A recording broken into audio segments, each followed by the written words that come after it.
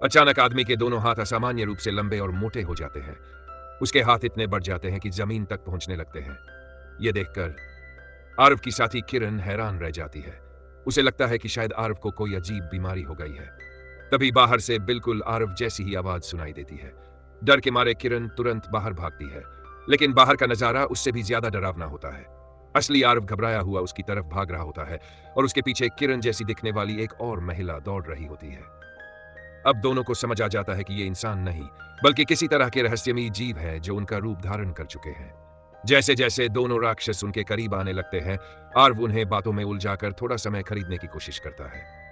इसी दौरान वह धीरे धीरे किरण को दरवाजे की तरफ पीछे हटाता है, लेकिन उन जीवों का इरादा साफ था। वे उन्हें भागने का कोई मौका नहीं देना चाहते थे। दोनों किसी तरह एक होवर वाहन पर कूद जाते हैं और तेजी से वहां से निकल पड़ते हैं। आर्व पूरी ताकत से वाहन संभालने की कोशिश करता है, लेकिन घबराहट में वह स्टीयरिंग को इतनी जोर से खींच देता है कि वह उसके हाथ में ही निकल आता है। वाहन तुरंत बंद होकर एक तरफ रुक जाता है। दोनों को लगता है कि अब उनका बचना नामुमकिन है, लेकिन तभी उन राक्षसों के शरीर अचानक तेजी से फैलने लगते हैं और वे तंग रास्ते में फंस जाते हैं। उन्हें तड़पते हुए देखकर आर्व भी हैरान रह जाता है। अब उसके दिमाग में कई सवाल घूमने लगते हैं। आखिर ये जीव इस स्पेसशिप में आए कैसे, और ये उनका ही रूप क्यों ले रहे हैं? तभी उसे 3 साल पुरानी एक घटना याद आती है। उसी समय स्पेसशिप का एयरलॉक किसी वजह से खुल गया था। उसके बाद पूरे जहाज का क्रू रहस्यमयी तरीके से गायब हो गया था और पीछे सिर्फ एक अजीब सा रोबोट बचा था जो आज तक जहाज में मौजूद था। आर्व उन राक्षसों से और जानकारी निकालना चाहता था, लेकिन तभी अचानक कुछ अजीब होने लगता है।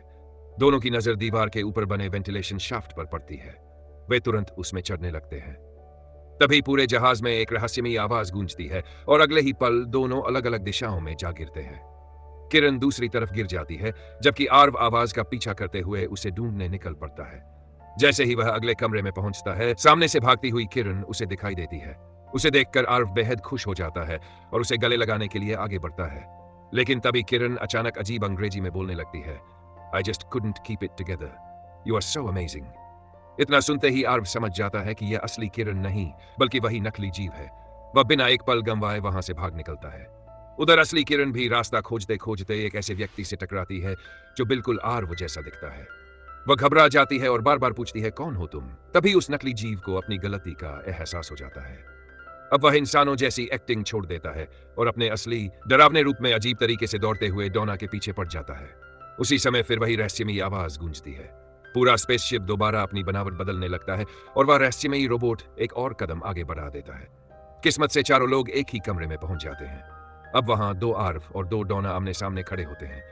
कोई भी समझ नहीं पाता कि असली कौन है और नकली कौन। डोना घबरा कर कहती है, मैं बहुत बेवकूफ हूं। तभी एक आर्व तुरंत जवाब देता है, तुम बिल्कुल बेवकूफ नहीं हो। दूसरा आर्व कहता है, कभी कभी तुम बेवकूफी करती हो, लेकिन कई बार बहुत समझदारी भी दिखाती हो। यह सुनते ही असली डोना पहचान जाती है कि कौन असली आर्व है। दोनों एक दूसरे को गले लगा लेते हैं, लेकिन अगले ही पल नकली जीव का शरीर फिर से विशाल हो जाता है। उसके मुंह से नुकीले दांत बाहर निकल आते हैं और वह हमला करने दौड़ पड़ता है। दोनों जान बचाकर भागते हैं और किसी तरह कंट्रोल रूम में पहुंच जाते हैं। वे तुरंत एक बटन दबाते हैं, जिससे मोटा कांच का दरवाजा बंद हो जाता है और राक्षस बाहर ही रह जाता है। अब पहली बार उन्हें सोचने का मौका मिलता है। आर्व कहता है, अगर इन्हें हमें मारना होता तो ये अब तक मार चुके होते, लेकिन ये सिर्फ हमारा पीछा कर रहे हैं। वह देखता है कि राक्षस कांच के बाहर खड़ा सिर्फ उन्हें देख रहा है, अंदर आने की कोशिश भी नहीं कर रहा। तभी आर्व के दिमाग में एक चौंकाने वाला विचार आता है। समझ गया, ये हमें मारना नहीं चाहते, ये हमारी सोच पढ़ना चाहते हैं। जब हम डरते हैं तो लगातार बचने के नए नए तरीके सोचते हैं, और यही जीव हमारी हर सोच और हर योजना की नकल कर लेते हैं। अब चारों एक दूसरे को अजीब नजरों से देखते रहते हैं। तभी फिर वही रहस्यमयी आवाज सुनाई देती है और रोबोट एक कदम और आगे बढ़ा देता है। अब आर्व और इंतजार नहीं करता। वह आवाज का स्रोत ढूंढने के लिए स्पेसशिप की ऊपरी हैच खोल देता है। जैसे ही दरवाजा खुलता है, अंतरिक्ष में तैरती हुई एक लाश धीरे धीरे उनकी तरफ आने लगती है। स्पेस सूट पर लिखा नाम देखकर आर्व तुरंत पहचान जाता है। यह स्पेसशिप का कैप्टन था। लाश को देखकर आर्व सब कुछ समझ जाता है, लेकिन यह देखकर राक्षस भी बेचैन हो जाते हैं। वे भी जानना चाहते हैं कि आखिर आर्व के दिमाग में क्या चल रहा है।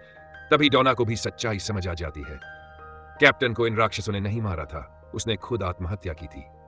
3 साल पहले जब ये जीव स्पेसशिप में घुसे थे, तब कैप्टन को उनकी असली ताकत का पता चल गया था। वह समझ गया था कि ये किसी भी इंसान की यादें और सोच की नकल कर सकते हैं। इसलिए उसने पहले पूरे स्पेसशिप को बंद कर दिया और फिर खुद एयरलॉक से बाहर निकलकर अपनी जान दे दी।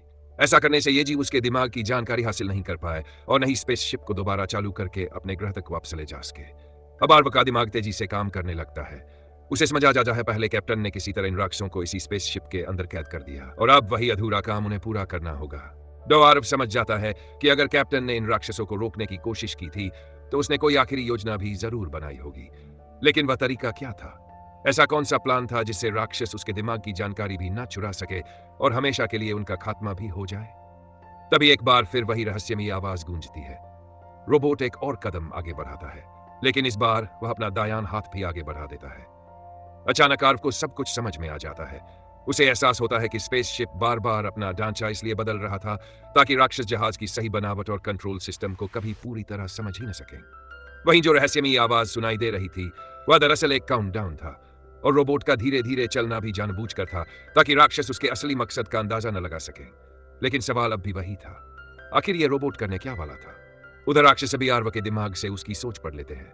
अगले ही पल उन्हें भी पूरी सच्चाई समझ आ जाती है। वे बिना एक सेकंड गंवाए रोबोट की तरफ दौड़ पड़ते हैं। इस समय रोबोट कंट्रोल पैनल के सामने पहुंच चुका होता है। राक्षस उसे रोकने की कोशिश करता है और दोनों के बीच जबरदस्त हाथापाई शुरू हो जाती है। आर्व भी पीछे नहीं हटता। वह डोना की मदद करने के बजाय लगातार राक्षस के पीछे लगा रहता है।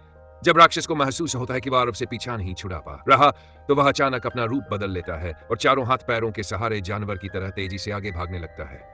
आर्व उसे दूर जाता देख बेबस हो जाता है। तभी उसके दिमाग में टार्डिस का ख्याल आता है।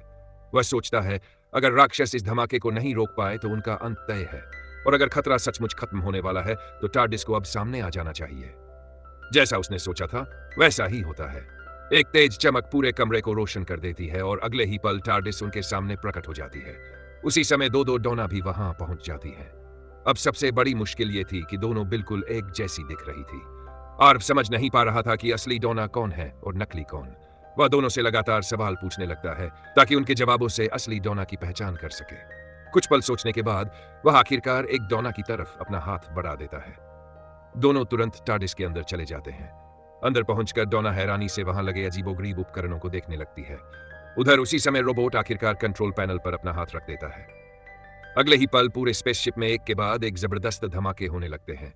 धमाकों की चपेट में आते ही नकली डॉ आर्व का शरीर पल भर में राख बन जाता है।